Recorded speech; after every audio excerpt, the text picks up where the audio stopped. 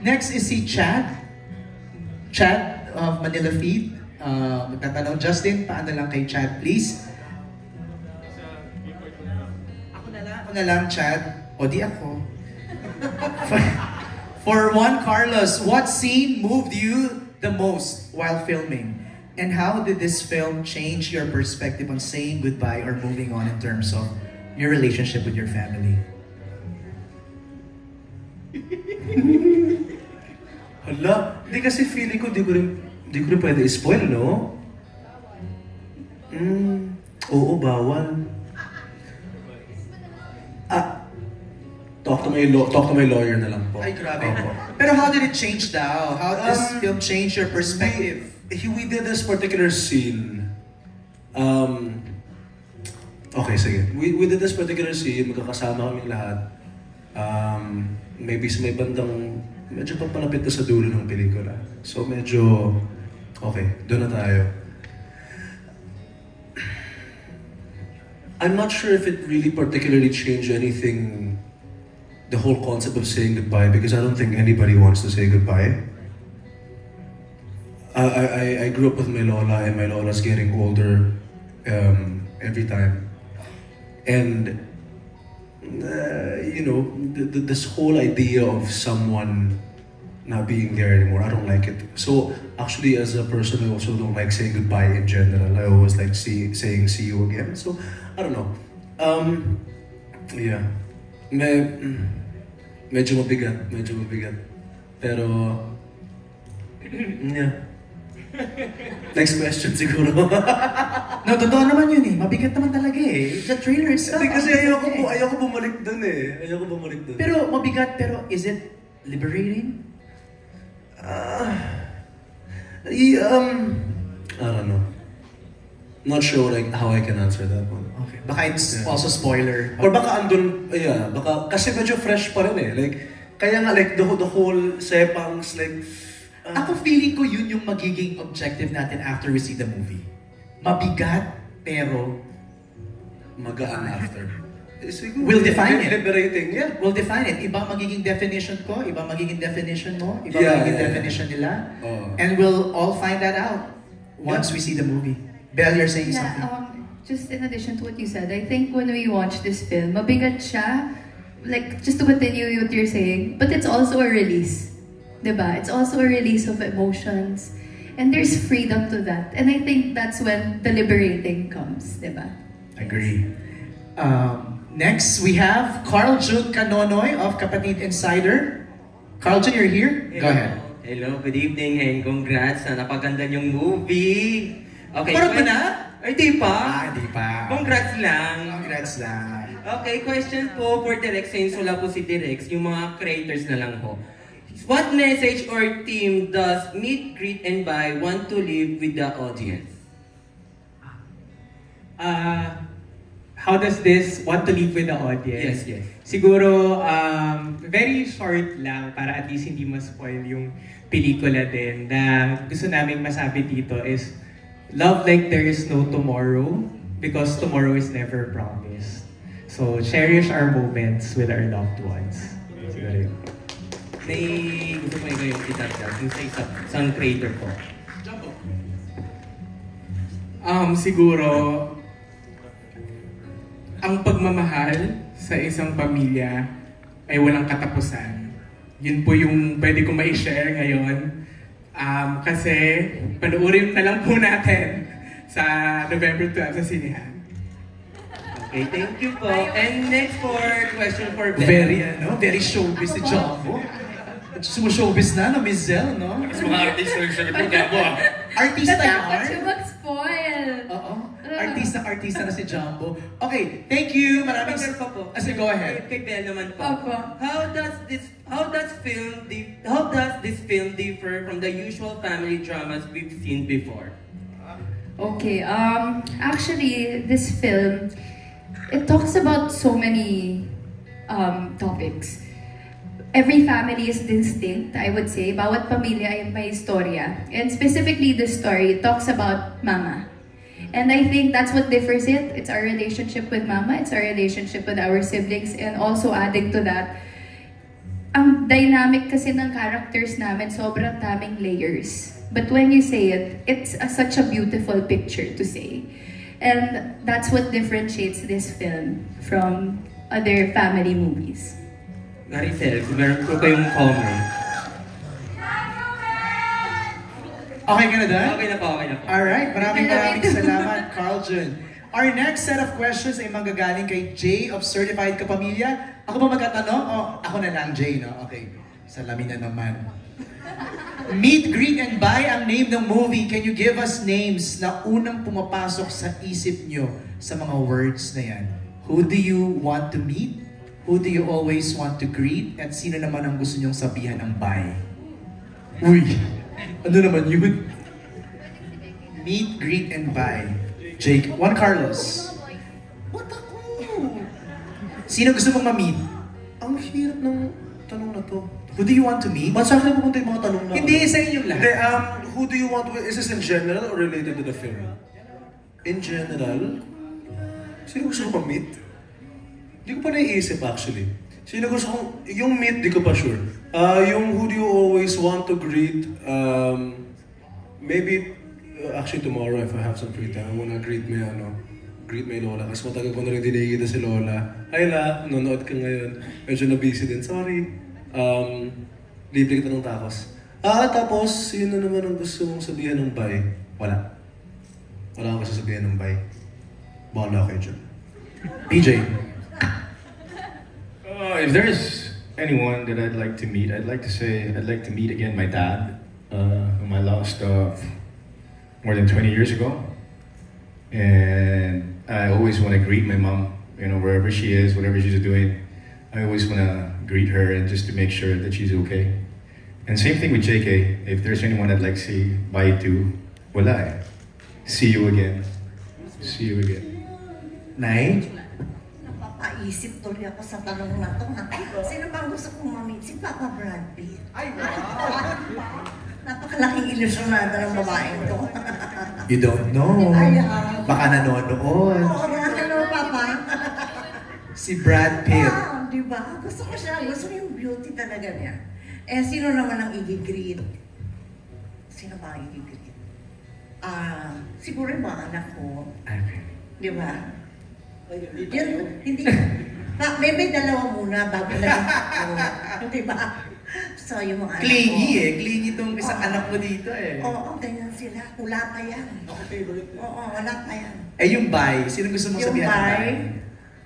Siguro yung bye, pwede kong sabihin na nung bata ko, marami akong masakit na dinadala. Pero yun ang gusto kong sabihan ng goodbye. It doesn't have to be a person. Thank you, Nay. Belle? Kasama ka. Nagulat ako.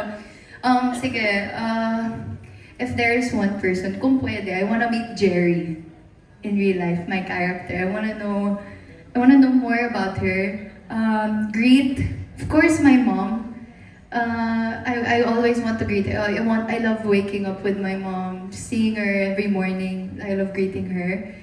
Bye, wala. Wala akong gustong sabihan ng bye. That's it. Thank you, Belle. Okay, we're opening the floor for questions. Pero bago ako bumaba dyan, PJ, may na-notice lang ako dun sa trailer kanina. Very restrained. Sobra! Diba? Parang nanibago ako dun sa Piolo Pascual. Meron kaming reading. Umiiyak ako sa reading. Sabi ni Direk, ate, huwag mong gagawin sa take yan ha. Parang pigil na pigil yung karakter mo doon. May nginig, may kasama. Grabe siya. Isang eksena na nakita ko si Pedro. Nagiginig yung buong katawan. Kasi, gano'n. Why? Hindi ko alam kung anong gagawin ko sa anak ko kasi gano'n yun yung nangyayari sa kanya na kinakausap ko siya pero hindi ka pwede magpakita ng emotion. Is that while the camera was rolling? Yes. Wow. Hindi ko alam anong gagawin ko sa anak. PJ, paano yun? Ano yung eksena mo yun? Syempre hindi namin pwede sabihin, pero it's one painful scene that you dread to see for yourself as a, yun. Nangingilid na yung luha mo, PJ. Is that something that we have to watch out for? Hindi naman. Panipis yung boses ko. Tama na guys, tama na.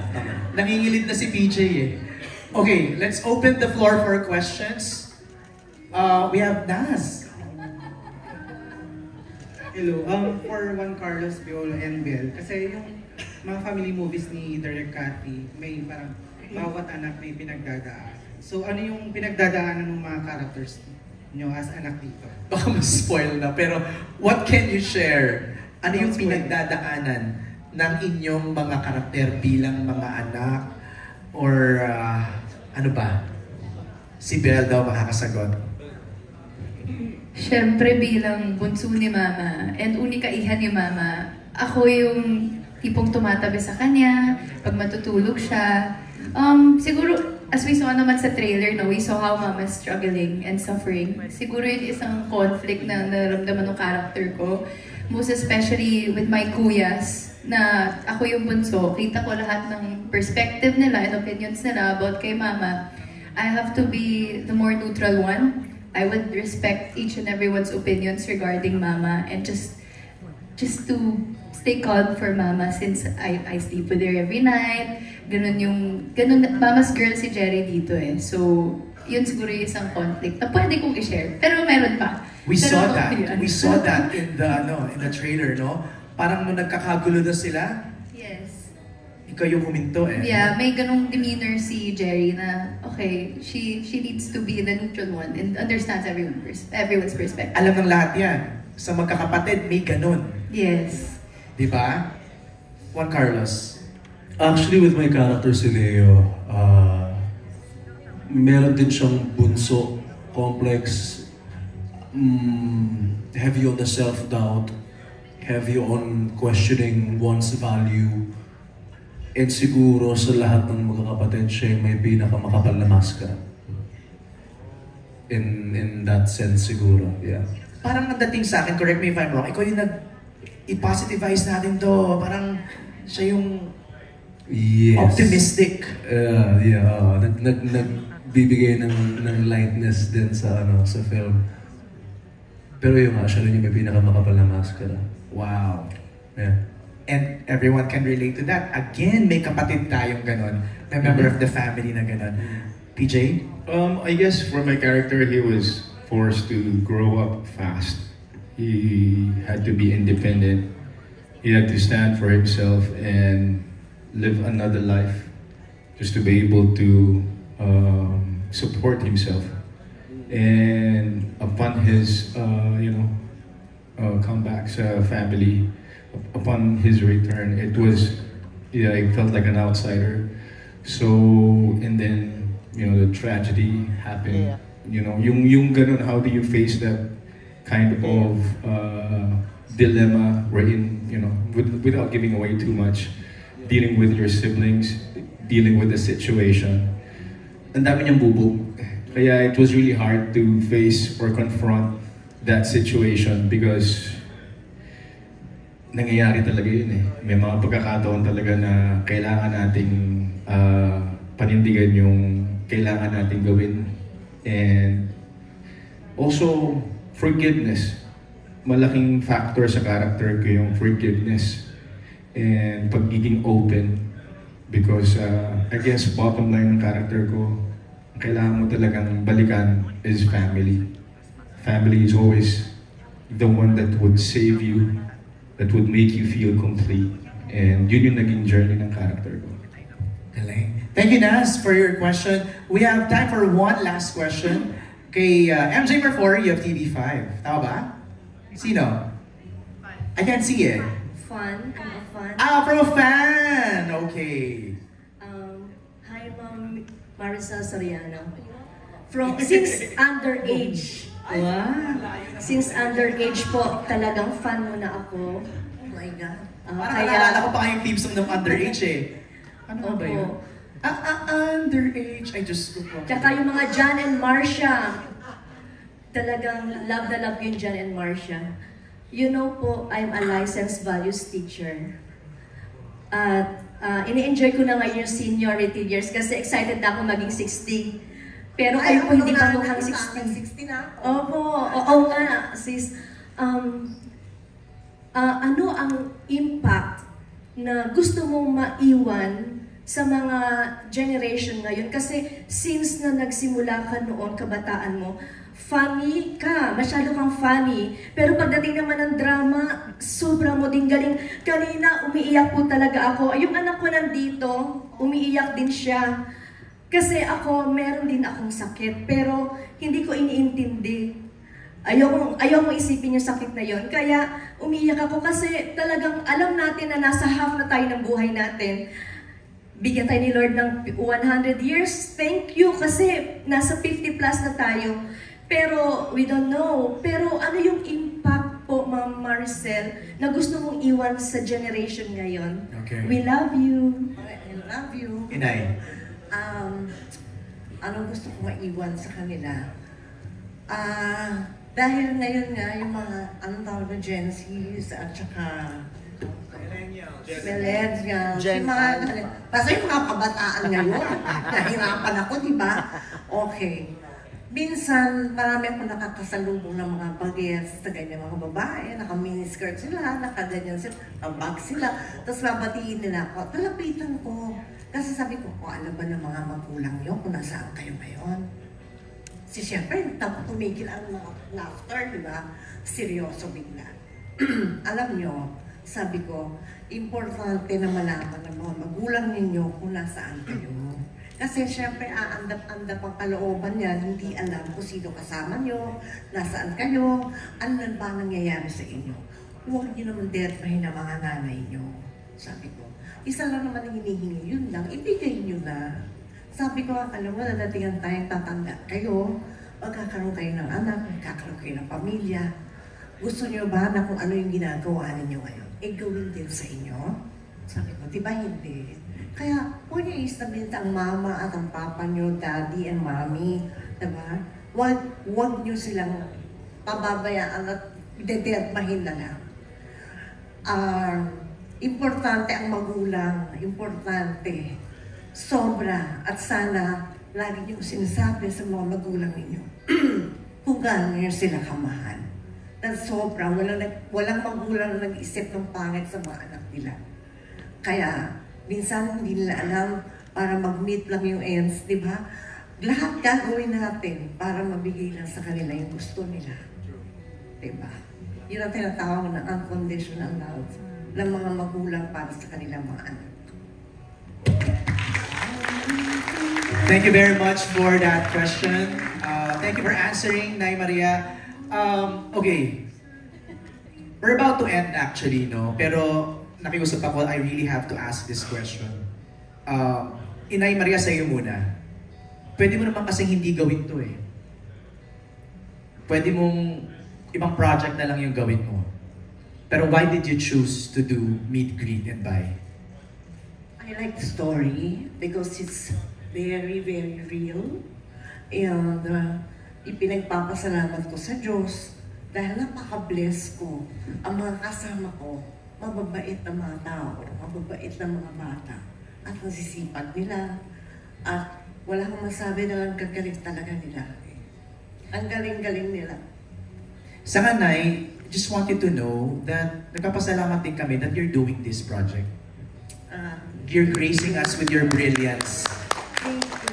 In this Meet, Greet, and Buy. Kaya thank you agad. Ngayon pa lang, Nay. Maraming salamat. Maraming salamat. And my last question for Belle, Piolo, and Juan Carlos.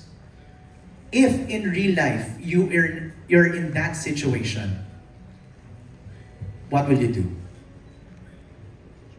In that situation. Grabe, wait lang po. 5 minutes.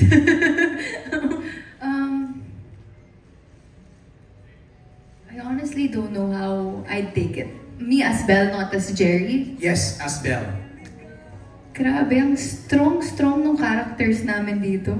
Ang strong ni Tube, ni Brad, ni Leo, ni Jerry. Kasi just to go through that. To face it. To face it, grabe.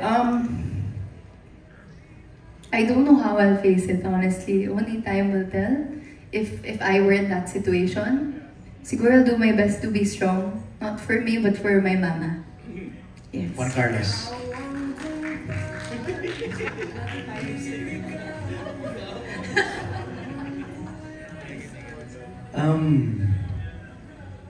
I've been in that situation.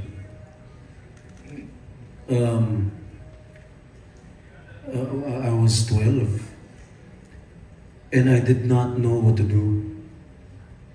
And I think that's okay. It's okay to not know what to do. There's no right or wrong answer.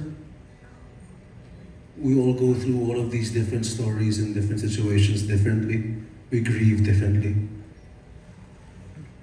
But at the very end of it, just always remember that you're never alone. That's it. PJ. Love you! When I lost my dad, I was 16, so I couldn't process it back then. But now that, facing this kind of situation, it was hard, and that's something na parang ayaw mong mangyari. So you're never prepared for it. But you have to be strong, not just for yourself, but for the loved one, especially your mom. No one is prepared for that. So, yun pa rin, kailangan mong magpakita ng kalakasan, kahit masakit. And it's hard. Yun lang.